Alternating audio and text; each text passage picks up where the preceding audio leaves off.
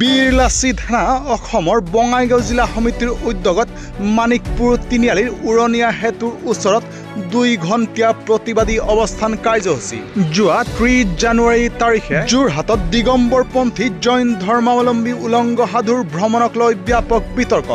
শোভাযাত্ৰাত মহিলা ভক্তৰ সতে উলংগ সাধুৰ পদযাত্ৰাক লৈ অসমৰ সাংস্কৃতিক ৰাজধানী যোৰহাটত উঠিছিল ক্ষোভৰ জোৱাৰ জৈন ধৰ্মাৱলম্বী উলংগ সাধুৰ ভ্ৰমণে যোৰহাটৰ সামাজিক পৰিৱেশ বিনষ্ট কৰাৰ অভিযোগ তুলি দল সংগঠনে ৰূপায়ণ কৰিছিল উত্তাল প্ৰতিবাদী কাৰ্যসূচী আৰু এই প্ৰতিবাদৰ সময়তেই অসম আৰক্ষীয়ে গোষ্ঠী সংঘৰ্ষ ভাবুকি ধন দাবীৰ গোচৰ গ্ৰেপ্তাৰ কৰিছিল বীৰ লাচিত সেনাৰ 5 জন লগতে অসম জাতীয়তাবাদী যুৱ ছাত্ৰ পৰিষদৰ 2 জন আৰু এজন সাধাৰণ যুৱকক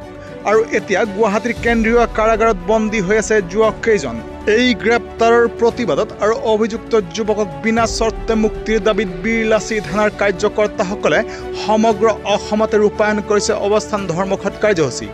আজি বীৰ লাচিত সেনা অসমৰ বঙাইগাঁও জিলা সমিতিৰ উদ্যোগত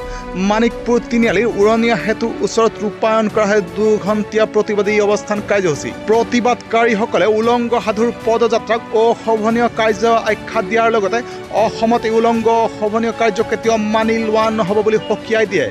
বিজেপি চৰকাৰে খিলঞ্জীয়া জনগণৰ কণ্ঠৰোধ কৰিবলৈ ষড়যন্ত্ৰ কৰা বুলি অভিযোগ তুলি 7 জনকৈ নিৰীহ অসমীয়া যুৱকক ভুৱা গোচৰত গ্ৰেপ্তাৰ কৰা কাৰ্যৰ প্ৰতিবাদ জনাই ৰূপায়ণ কৰে এই প্ৰতিবাদী অৱস্থান কাৰ্যসূচী কিন্তু ৰহস্যজনকভাৱে বিতৰ্কৰ পিছতে সন্ধানহীন হৈ আছে 2 উলংগ জৈন সাধু যোৱা 30 জানুৱাৰীত দিগম্বৰপন্থীৰ জৈন ধৰ্মৰ দিগম্বৰপন্থীৰ এটা উলংগ সমদল যোৰহাট ৰাজপথত এটা সমদল ওলাইছিল তাৰ প্ৰতিবাদত বীৰ লাচিত সেনা অসমে প্ৰতিবাদ সাব্যস্ত কৰিছিল বিৰোধিতা কৰিছিল তেওঁলোকৰ ধৰ্মৰ বিৰোধিতা কৰা নাই কিন্তু উলংগ প্ৰতিবাদৰ বিৰোধিতা কৰিছিল তাৰ কাৰণে অসম পুলিচে বলপূৰ্বকভাৱে তেওঁলোকক গ্ৰেপ্তাৰ কৰিছিল আৰু 2 দিন পিছত তেওঁলোকক জেল হাজতলৈ প্ৰেৰণ কৰিছিল তাৰ প্ৰতিবাদত সমগ্ৰ অসমতে আমাৰ প্ৰতিবাদ চলি আছে তেওঁলোকক মুকলি কৰাৰ কাৰণে আৰু সমান্তৰালভাৱে আজি বঙাইগাঁও জিলা সমিতিৰ উদ্যোগত মানিকপুৰ আঞ্চলিক সমিতিৰ সহযোগত আমি 2 ঘণ্টীয়া অৱস্থান ধৰ্মঘট কাৰ্যসূচীৰ জৰিয়তে তেখেতসকলক অতি সোনকালে আমি মুকলি কৰি দিয়াৰ কাৰণে আমি অসম চৰকাৰ তথা প্ৰশাসনক আমি দাবী জনাইছোঁ আৰু লগতে উলংগ বাবা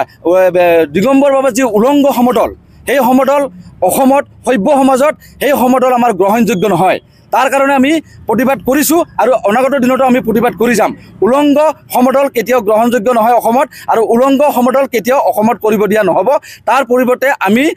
যিকোনো মুহূৰ্তত যদি উলংগ সমদল অসমত বাহিৰ কৰে দিগম্বৰপন্থীয়ে তেতিয়াহ'লে বীৰ লাচিত সেনা অসমে আজিও প্ৰতিবাদ কৰিছে আৰু অনাগত দিনতো ইয়াৰ বিৰুদ্ধে তীব্ৰ প্ৰতিবাদ সাব্যস্ত কৰিব আজি আমি 2 ঘণ্টীয়া অৱস্থান ধৰ্মঘট লোৱা হৈছে মানিকপুৰত আৰু আমি আমাৰ কাৰ্য মানে কি প্ৰতিবাদসমূহ হৈছে যে আমাৰ মৰমৰ সংগ্ৰামী সতীৰ্থ কেইজনমানক জেল হাজতলৈ প্ৰেৰণ কৰিছে এতিয়ালৈকে মুকলি কৰি দিয়া নাই আৰু লগতে সৌসিদিনা যোৰহাটৰ মাছমজিয়াত যি উলংগ বাবা যি পদযাত্ৰা কৰিলে ইয়াক আমি তীব্ৰ গৰিহণা দিছোঁ আৰু এটা কথা কৈ দিব বিচাৰিছোঁ অসম চৰকাৰক যে নেক্সট টাইম যদি দ্বিতীয়বাৰ যদি অসমত যদি এনেকুৱা যদি উলংগ বাবা যদি প্ৰৱেশ কৰিবলগীয়া হয় তেতিয়াহ'লে কিন্তু গৰু পিতন খাব এইটো চিধা কথা তেতিয়া কিন্তু কোনো পধ্যে গৰু পিতন নোখোৱাকৈ অসমৰ পৰা ঘৰলৈকে যাব নোৱাৰে ৰাজস্থান নহ'লে গুজৰাট আৰু দ্বিতীয় কথা হৈছে আমাৰ সংগ্ৰামী সতীৰ্থসকলক অনতিপলমে মুকলি কৰি দিয়াৰ বাবে আমি অসম চৰকাৰক দাবী জনাইছোঁ আৰু যদি মুকলি কৰি নিদিয়ে আমাৰ যি এই প্ৰতিবাদ আৰু এই প্ৰতিবাদী কাৰ্যসূচী অনিৰ্দিষ্ট কাললৈ থাকিব যেতিয়ালৈকে আমাৰ সংগ্ৰামী সতীৰ্থসকলক মুকলি কৰি নিদিয়ে ধন্যবাদ হয় এইখন অসম হ'ল এখন শান্তিপ্ৰিয় জেগা ইয়াত মানে জৈন সম্প্ৰদায়ৰ সকলে যি যোৰহাটত যি উলংগ বাবাৰ যি সমদল উলিয়াইছে সেই সমদল আমি কোনো পধ্যে গ্ৰহণযোগ্য নহয় আৰু লগতে অসমবাসীয়ে কেতিয়াও এইটো নিবিচাৰে আৰু বীৰ লাচিত সেনা অসমে তাত প্ৰতিবাদ কৰিছিলে প্ৰতিবাদ কৰাতে আমাৰ 7 জন সৈনিকক তেওঁলোকে গ্ৰেপ্তাৰ কৰি থৈছিলে গ্ৰেপ্তাৰ কৰি থৈ তেওঁলোকক গুৱাহাটীলৈ আনিলে পিছত তেওঁলোকক জেল হাজতলৈ প্ৰেৰণ কৰিলে আমি এই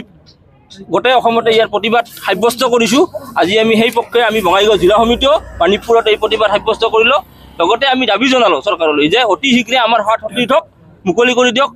নহ'লে আমি অসম অচল কৰি প্ৰতিবাদ কৰিবলৈ সাব্যস্ত কৰিবলৈ বাধ্য হ'ম